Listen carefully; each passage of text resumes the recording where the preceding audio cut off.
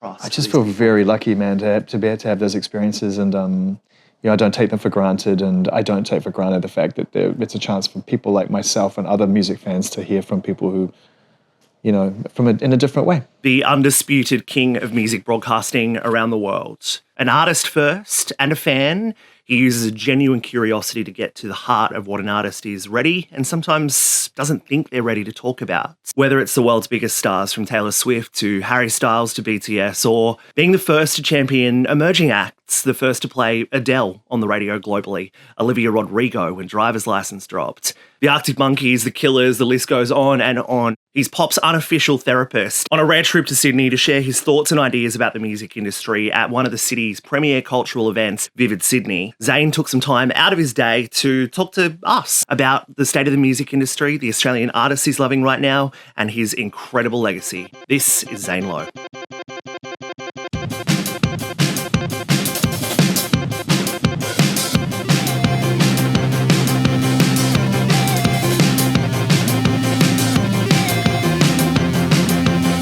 This is the room that we're meant to be in right now. This palatial suite overlooking the harbour. This is where we're meant to be. Yeah. You don't do things in halves, do you? I didn't book this room, but I'll take it. What's going on? It's so good to see you, my man. Thank you so much for the time. I want to ask you so many things, obviously. How are you both, by the way? We're excellent. I mean, we're good just sitting here with you, but other than that, we're pretty good. How are you? Congrats. You're both just having the best time, it seems, and doing amazing work. Thank you, it's man. Awesome. You're obviously a really great team with great taste, which is all we want, right? As music fans. But we try. But you've been such an enormous North Star for that. For so long, all you've done is taste. You choose what you like, you elevate what you like, elevate the good shit, don't worry about the bullshit. For me, some people will disagree with those decisions at any given time. That's the beauty of taste. But for me, I realized a long time ago that was something that I would stand by as my taste. And I'm here. It's kind of a conversation that we have often, because I have always been a very big believer in talking about what you love and platforming that, and the rest you do in the background. You do it silently. The discernment kind of happens in the background. It's been a conversation which has come up a lot in the last couple of years. I think, for me at least, in America and then from Apple to the world, things started to really connect and people started to kind of recognize the role I was trying to play and the work that we were trying to do at Apple. And so that brought up some old questions that happened when I was at the sort of things were peaking in the UK at the BBC as well, which is like, how discerning do you consider, your take on things? And I think I've just really realized over the course of my life as this keeps coming up, like what I really consider my role in all this to be, which is that I am and you know this, I'm a musician. I am a musician, like an artist who makes music either on my own or on and off throughout my life. And it's put me in these amazing rooms to talk to artists, to get inside the conversations because it's a language I understand and love. But I really come at it from a music point of view, and I said this to Nick in the Sydney Morning Herald, and I feel like I nailed it. At last, I finally understood what I was trying to say, which is, I go into every conversation, musician to musician, and I really appreciate the discernment that people bring to the table, and there's a role for that, and I really respect it. But I'm an artist, man, and I love artists, and that's just how it feels to me, always has. Yeah, Nick and I always say, because I feel like with our chats as well, and I feel like it's very similar, you don't want to be throwing people off to get a bit. You know what I mean? And it's I'm not kind of into bits, mate. No, and neither are we. We said from the start, our rule for this show is you come into our studio, we're just friends. It's like coming into a house and you just want to be able to have those really open, normal conversations. Well, look at it like any relationship you have in your life. Like when you meet someone for the first time, are you trying to squeeze as much out of them in the hour you have, and then maybe you'll never see them again, but you got some great stories? Or are you like, I like this person, I'm looking forward to the 200th conversation I have with them? Yeah. Or the person I get to know over the course of 20, 30, 40, 50 years. I just don't see any difference in the way that I guess we approach these things, which is, I'm not going to see like, this may be the only 30 minutes I have with someone. What can I get to sort of advance whatever I'm doing and maybe what they're doing in the moment? I'm like, let me see if I can start here, and then I'll see where we end up in 20 years' time. And that, I've been lucky enough to be able to say that is the case now with Dave Grohl. I mean, when Beck came on the show the other day, what did Beck say the other day? He was like, he asked me, the first thing he said to me was like, is there anyone more OG than me? And I said, what do you mean? He was like, name one person who's known you longer in this business than I have, who's still around making records. And I couldn't. So Beck is my OG artist that I met when I was in New Zealand as a young person, who I'm still talking to today. So there's an example of someone I've interviewed dozens of times, so I've gotten to know really well over the course of my life. If I'd gone in there and tried to do a bit, we may not have got past conversation one. It's got to be a relationship. I thought about this only a few weeks ago talking to Adam from Peking Duck, who I've now known for probably 12, 13 years. The same as for Illy. Amy Shark, it's probably coming on a decade that we've been mates. And like, that's the thing. You build and you grow with these people, but you also get to see them when they're going through the lulls and when they're going through the difficult moments. Yeah. I have a thought around working out whether that person is going through a lull or whether they're going through a great moment, and whether you need to be there to support them through that conversation. How easy is it to work out where they're at? Because I feel like you get a sense a couple of minutes in as to where someone's at, and whether it's, you know, a release cycle they're not particularly happy with. Yeah, Kelly, what a question. Flip that. There's the job, and then there's the human part of it. You know, it's important to acknowledge the job. The job is to amplify whatever music and whatever opportunity is that they want people to know is that they're in, that they're doing. What are they focused on? And sometimes you do get a feeling that, you know, that person is maybe going through a tough time with that. It's not being received the way they want it to be. The reviews aren't great. The vibe isn't great. Maybe it seems like it's going backwards. I just try to meet people where they are and have the conversation that they're open to at that moment in time. Any sort of support that I give on the human side of it tends to happen with the people I know personally. And sometimes you do have conversations with people. I'm not going to go into details on those, but like where someone will be like, hey man, you know, where do you think it's gone wrong? Or why do you think it's not connecting the way it is? And maybe I just want your take from a media or an industry point of view, or maybe as a friend. And you know, I try to be as honest as I can be and supportive in those moments as I can be, just like my friends are to me when I have those moments. I've had moments in my career where I'm like, why is this happening? Like, why is this going backwards? Why is this not, we've got something kicking right now, which is a small thing, which I'm like, this should be easier than it is. And you've got to rely on people who know you and love you to give you the honest truth, and at the same time show you where the opportunity can improve. So, you know, I love that question because, and it's also something that comes up a lot when artists are really big, because people always want to say like, oh, they've lost it, or this is the one that's going to like break the spell or whatever. Tell that to Neil Young, dude. Like he's like, you know, he doesn't think about it like that. He's just like, that one was really successful. That one was just for me. That one reached that core of my audience there. That one, no one understood, but then 10 years later, everyone loves it. You know, it's all one big, beautiful experience. And I think if you look at it as like, I'm not going to stop, on to the next one. Then the lulls are just opportunities and waiting. Yeah. Do you think the lulls affect people more who are doing this to be someone, like, or instead of like doing it for the love of it and for the art, or does it affect them in different ways? Again, that's a good question. I think it depends on the individual, but look, I think all of us in life flip between those things all the time. You know, someone really close to me will call it perception and feeling, right? The perception isn't necessarily great for art, but feeling is what you want to get out of it. But we're all sort of capable of finding ourselves obsessed with the way things are being perceived or taken or heard or whatever, which really does speak to your point, to our identity more, how we're seen, how we want to be seen. Great art gets made by people who feel invisible, I think, and like it, and want to stay invisible where the truth sits, where they can find what they truly want to say away from distractions and perception. And then when they put it out, if they really stand by it, then time will tell, and time is kind to those kind of records. Yeah. Time is kind to those artists. Because we're not often like sharp enough or dialed in enough to understand what they're trying to say at that moment in time. So, you know, I do think that, you know, if you're going through that situation where you feel hyper seen and are very self-aware, then yeah, success or lack of probably hits pretty different. I think the trick is to go and make yourself invisible again. Yeah. It's like, we kind of see that with Chappell Roan. I mean, she cops it so much, but I feel like at her core, she's an artist and she's a musician. She's one of the most like clear, defined artists of the modern era that I've met. Yeah. From an understanding, I mean, what do you want from an artist? Clear vision and understanding about what it is you're trying to say and create. The determination and willingness to see it through. you know, the ability to be able to shapeshift, transform, and move with whoever you are in that moment in time. You know, I love Chappell, and we support Chappell's, you know, art in every way. We need Chappell to make music and art. Yeah.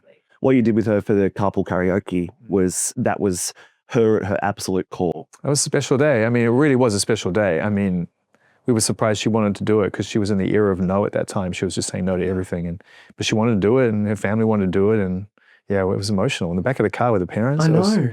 Bawled my eyes out. Can I ask you something about that? You often will be the first port of call for a number of these artists along the journey when they're ready to talk for the first time. But does it ever go the other way where in terms of the season of no and people who don't want to talk and reluctance to talk, do you sometimes go and search those people out? Yes. Yeah. Because I know you're like, when the artist is ready, we will be ready. But we seek these people out, right? This is yeah. Well, It's a man with a mission. I mean, yeah. Unlock level 3. I mean, that's it. You know, who's not around? Yeah. And then why? And then, you know, should it be left at that? Or should you ask a question? Yeah. Ask a question. Figure out if you like the answer. Do they need to be told, we are ready for you and we still love you and we still care about you? Not often. What we need to do is find a way to present the opportunity in a thoughtful way. Yeah. And then give enough space and grace for them to make their own decision. Yeah. No pressure. That happens all the time, man. I mean, you know, there are people that I sent an email to someone today, a manager, about someone on that very level who hasn't done anything for a long time, just saying, how's it going? And you've got an intention there with that, but... Yeah, the long-term intention is to try to find a space for us to be able to have a meaningful conversation because I'm curious and I think it could be really, really interesting for me and for them, hopefully, and for the people who want to hear it or see it. It's not a go get 'em. It's wouldn't that be amazing? Yeah. So yeah, I love that part of it. And it doesn't feel like a hunt or a go get. It just is like, but also it's really simple. You can't sit around waiting for these things to happen. And often when they do, you know, it's a flurry of activity and you're trying to find your place in it. Like I'll give you an example, which, you know, I don't want to seem weird about it, but like Cleo Sol doesn't talk much. She's just not, she talks through her music. And she's not, she's super amazing and funny and charming and open and just so engaging and an incredible person. So it's not like that's a reflection of her personality. She just doesn't do interviews. Yeah. But, you know, we just had some conversations behind the scenes and started to ask, like, what would it be like if we did? And then we did one. And, you know, a couple of 100,000 people have watched that on YouTube and a lot more in other areas, but the people I know who watched that and enjoyed that loved it because she doesn't do it. So, and I loved it because she doesn't do it, and we got to have a special conversation. And it's just, you know, just I don't know, man.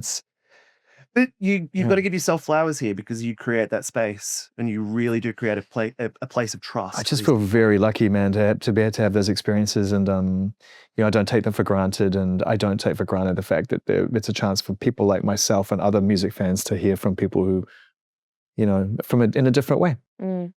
I'm loving all of this earnest chat because we love it. But something I really need to ask.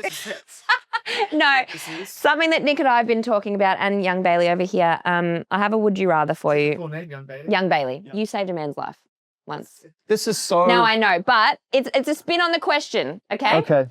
Would you rather fall over and slice your back on a shard of glass, or have to accept an award and shake Russell Brand's hand? Wow. And possibly hug him and have him kiss you on the cheek. Wow. Wow. That's called hits, baby. That is hits. I don't know where I am. I thought I knew where I was. No. That story is so strange because I remember trying to leave those NME Awards, and those rooms are like, back in the day, it was so much chaos and energy and just people everywhere. And I remember seeing Ryan walking in, and I remember the moment when Ryan threw himself across the table and thinking, well, he'll be very lucky he's going to, that's not an unscathable move. No. He's going to be like, something's going to happen there. And then I heard that he had been rushed to hospital, and we were doing kind of, I think I won a couple that year. And so we won a couple of awards, but we were also doing coverage backstage for MTV2, I believe. And so I was hearing all these reports about him going to hospital, and then he comes back in, and he's bandaged up, but blood is coming through the bandage. I'm like, well, that's not good. No.